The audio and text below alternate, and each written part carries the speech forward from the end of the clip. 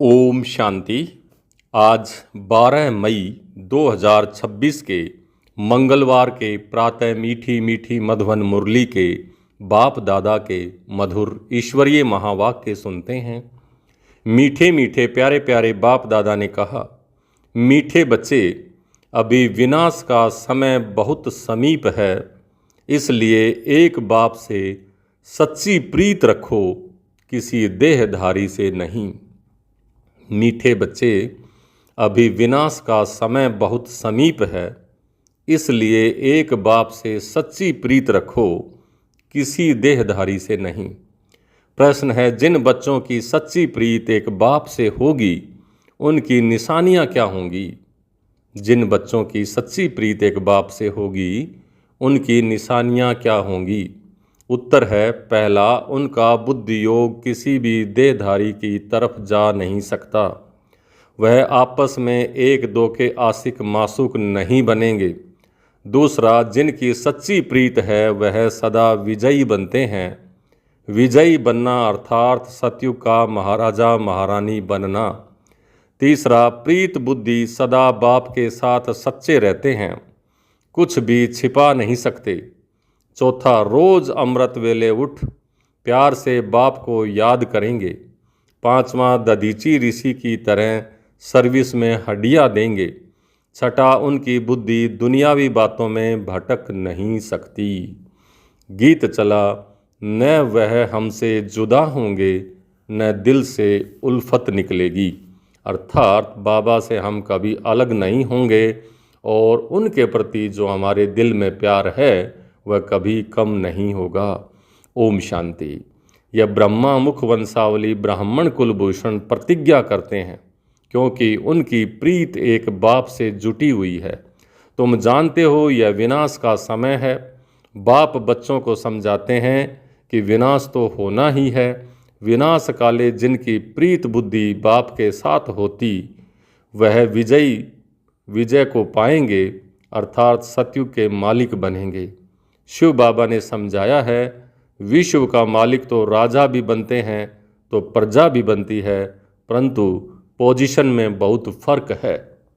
जितना बाप से प्रीत रखेंगे, याद में रहेंगे, उतना ऊंचा पद पाएंगे। बाबा ने समझाया है, बाप की याद से ही तुम्हारे विकर्मों का बोझा भस्म होगा। तुम लिख सकते हो कि विनाश काले विपरीत बुद्धि विनशंति। यह लिखने में कोई डर की बात ही नहीं है। बाप कहते हैं, मैं खुद कहता हूँ कि उनका विनाश होगा और प्रीत बुद्धि वालों की विजय होगी। बाबा बिल्कुल क्लियर कह देते हैं, इस दुनिया में प्रीत तो कोई की है नहीं, तुम्हारी ही प्रीत है। बाबा कहते हैं, बच्चे, परमात्मा और श्री कृष्ण की महिमा अलग अलग लिखो तो सिद्ध हो जाए कि गीता का भगवान कौन। यह तो जरूरी है ना। दूसरा, बाबा समझाते हैं, ज्ञान का सागर, पतित पावन परम पिता या पानी की नदियाँ, ज्ञान गंगा या पानी की गंगा, यह तो बहुत सहज है। दूसरी बात, जब प्रदर्शनी करते हो तो सबसे पहले निमंत्रण देना चाहिए कि गीता पाठशाला वालों को, वह तो ढेर हैं, उन्हों को खास निमंत्रण देना चाहिए। जो श्रीमद् भगवत गीता का अभ्यास करते हैं, उनको पहले निमंत्रण देना चाहिए, क्योंकि वही भूले हुए हैं और सभी को बुलाते रहते हैं। उनको बुलाना चाहिए कि अब आकर जज करो, फिर जो समझ में आए सो करना। तो मनुष्य भी समझें, यह गीता वालों को बुलाते हैं, शायद इन्हों का गीता पर ही प्रचार है। गीता से ही स्वर्ग की स्थापना हुई है। गीता की बहुत महिमा है, परंतु भक्ति मार्ग की गीता की नहीं। बाप कहते हैं, मैं तुम्हें सत्य ही सत्य बताता हूँ। मनुष्य जो अर्थ करते हैं वह बिल्कुल रोंग है। कोई भी सत्य नहीं कहते, मैं ही सत्य बोलता हूँ। परमात्मा को सर्वव्यापी कहना भी सत्य नहीं है।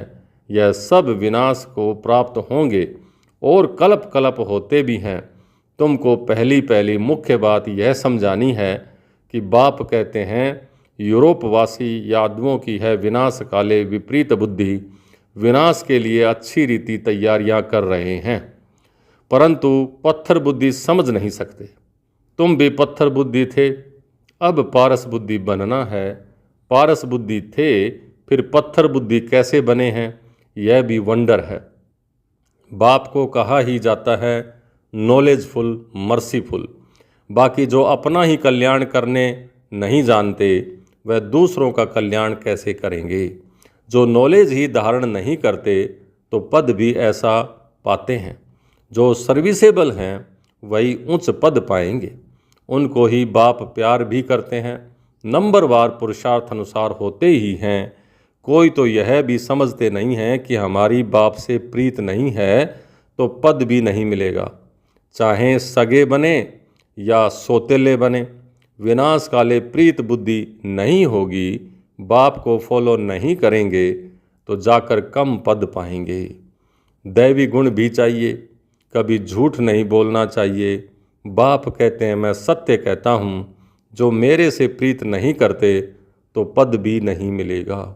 कोशिश कर 21 जन्मों का पूरा वर्षा लेना है तो प्रदर्शनी मेले पर पहले पहले गीता पाठशाला वालों को निमंत्रण देना है, क्योंकि वो भक्त ठहरे ना। गीता पाठी जरूर श्री कृष्ण को याद करते होंगे, परंतु समझते कुछ नहीं है। श्री कृष्ण ने मुरली बजाई, राधे फिर कहाँ गई। सरस्वती को बैंजो दे दिया है, मुरली फिर श्री कृष्ण को दे दी है। मनुष्य कहते हैं हमको अल्लाह ने पैदा किया, परंतु अल्लाह को जानते नहीं।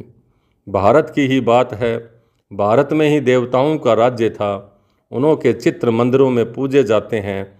बाकी किंग्स आदि के स्टैचू तो बाहर लगा देते हैं, जिस पर पंछी आदि किचड़ा डालते रहते हैं। लक्ष्मी नारायण, राधे कृष्ण आदि को कितना फर्स्ट क्लास जगह पर बिठाते हैं। उन्हों को महाराजा महारानी कहते हैं। किंग अंग्रेजी अक्षर है, कितना लाखों रुपया खर्च कर मंदिर बनवाते हैं, क्योंकि वह महाराजा पवित्र थे। यथा राजा रानी तथा प्रजा सब पूज्य हैं। तुम ही पूज्य फिर पुजारी बनते हो। तो पहली बात है बाप को याद करो। बाप को याद करने का अभ्यास करने से धारणा होगी। एक के साथ प्रीत नहीं है तो फिर और के साथ लग जाती है। ऐसी ऐसी बच्चियां हैं जो एक दो को इतना प्यार करती हैं, जो शिव बाबा को भी इतना नहीं करती। शिव बाबा कहते हैं तुमको बुद्धि योग मेरे साथ लगाना है या एक दो के आशिक मासूक बन जाना है, फिर मेरे को बिल्कुल ही भूल जाते हैं। तुमको तो बुद्धि योग मेरे साथ जोड़ना है, इसमें मेहनत लगती है, बुद्धि टूटती ही नहीं है। शिव बाबा के बदले दिन रात एक दो को ही याद करते रहते हैं। बाबा नाम सुनाए तो फिर ट्रेटर बन जाते हैं, विरोधी बन जाते हैं, फिर गाली देने में भी देरी नहीं करते हैं। इस बाबा को गाली दी तो शिव बाबा भी झट सुन लेगा। ब्रह्मा से नहीं पढ़े तो शिव बाबा से पढ़ न सके, ब्रह्मा बिगड़ तो शिव बाबा भी सुना न सके। इसलिए कहते हैं साकार से जाकर के पूछो। कई अच्छे अच्छे बच्चे हैं जो साकार को मानते ही नहीं, समझते हैं यह तो पुरुषार्थी है। पुरुषार्थी तो सब हैं, परंतु तुमको फॉलो तो माँ बाप को ही करना है। कोई तो समझाने से समझ जाते हैं, कोई की तकदीर में नहीं है तो समझते नहीं, सर्विसेबल बनते नहीं। परंतु बुद्धि एक बाप से रखनी होती है। बहुत आजकल निकले हैं जो कहते हैं मेरे में शिव बाबा आते हैं। इसमें बड़ी संभाल चाहिए। माया की बहुत प्रवेशता होती है।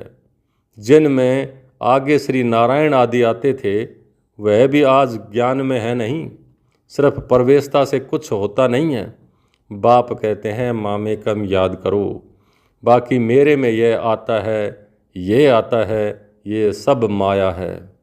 मेरी याद ही नहीं होगी तो प्राप्ति क्या होगी। जब तक बाप से सीधा योग नहीं रखेंगे तो पद कैसे पाएंगे, धारणा कैसे होगी।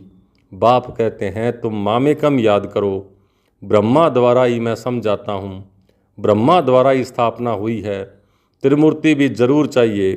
कोई तो ब्रह्मा का चित्र देख बिगड़ते हैं, कई फिर श्री कृष्ण के 84 जन्म देख बिगड़ते हैं, चित्र फाड़ भी डालते हैं। अरे यह तो बाप ने चित्र बनवाए हैं। तो बाप बच्चों को समझाते हैं भूलो मत, सिर्फ बाप को याद करते रहो।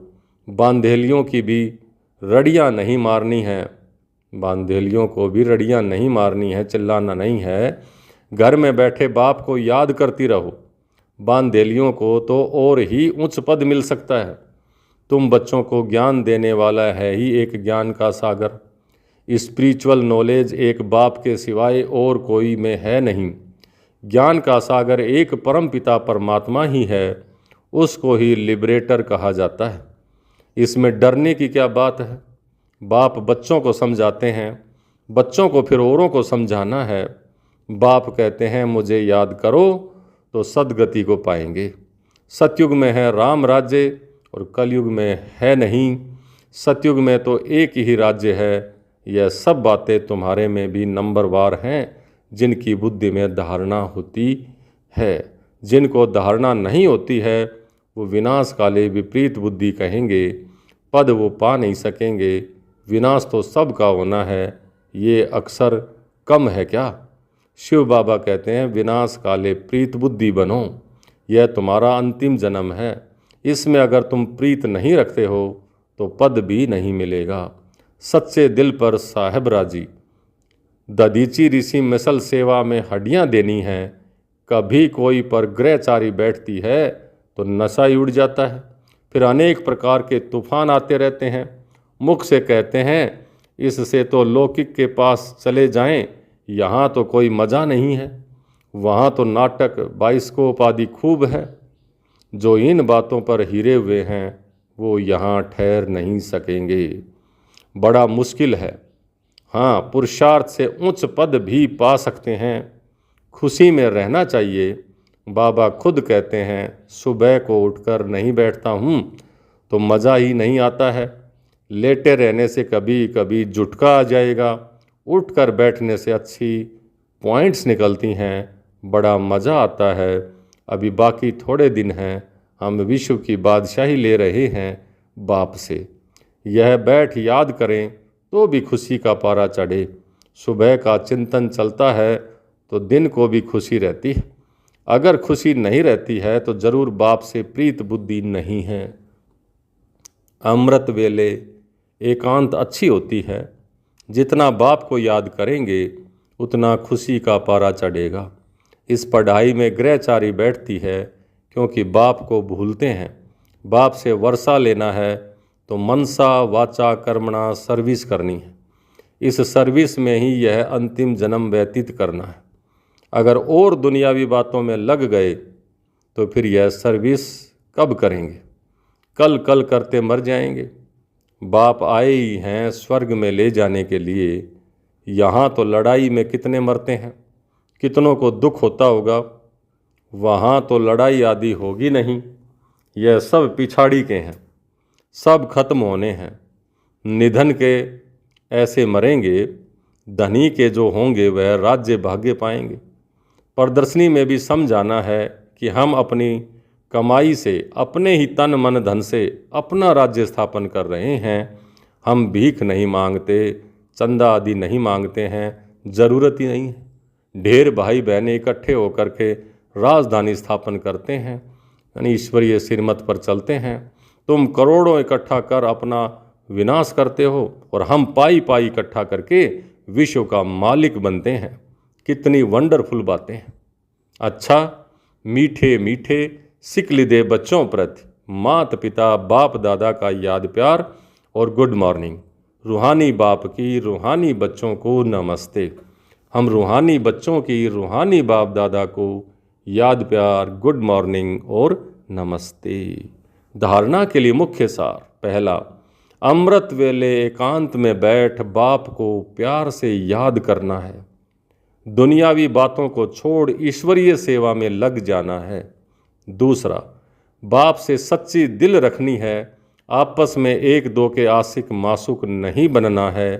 प्रीत एक बाप से जोड़नी है, देहधारियों से नहीं। आज का वरदान, सर्व शक्तियों की संपत्ति से संपन्न बन दाता बनने वाले विधाता वरदाता भव।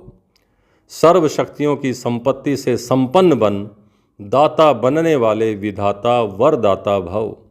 जो बच्चे सर्व शक्तियों के संपत्तिवान हैं वही संपन्न और संपूर्ण स्थिति के समीपता का अनुभव करते हैं। उनमें कोई भी भक्तपन के व भिखारीपन के संस्कार इमर्ज नहीं होते। बाप की मदद चाहिए, आशीर्वाद चाहिए, सहयोग चाहिए, शक्ति चाहिए, यह चाहिए। शब्द दाता विधाता वरदाता बच्चों के आगे शोभता नहीं है। यह चाहिए शब्द दाता विधाता वरदाता बच्चों के आगे शोभता ही नहीं। वे तो विश्व की हर आत्मा को कुछ न कुछ दान व वरदान देने वाले होते हैं। आज का स्लोगन, हर आत्मा को कोई न कोई प्राप्ति कराने वाले वचन ही सत वचन हैं। हर आत्मा को कोई न कोई प्राप्ति कराने वाले वचन ही सत वचन हैं। ये अव्यक्ति सारे सदा अचल अडोल एक रस स्थिति का अनुभव करो। कितना भी कोई हिलावे लेकिन आप अचल रहो। परिस्थिति श्रेष्ठ है या स्वस्थिति श्रेष्ठ है? कभी परिस्थिति वार तो नहीं कर लेती है। सोचो कि ये परिस्थिति पावरफुल है या स्वस्थिति पावरफुल है। तो इस स्मृति से कमज़ोर से शक्तिशाली बन जाएंगे। जैसे आप तपस्वी एक रस स्थिति में एकाग्र होते हो तो हठ योगी फिर एक टांग पर खड़े हो जाते हैं। तो कहाँ एक रस स्थिति और कहाँ एक टांग पर स्थित रहना, फर्क हो गया ना। अच्छा, ओम शांति।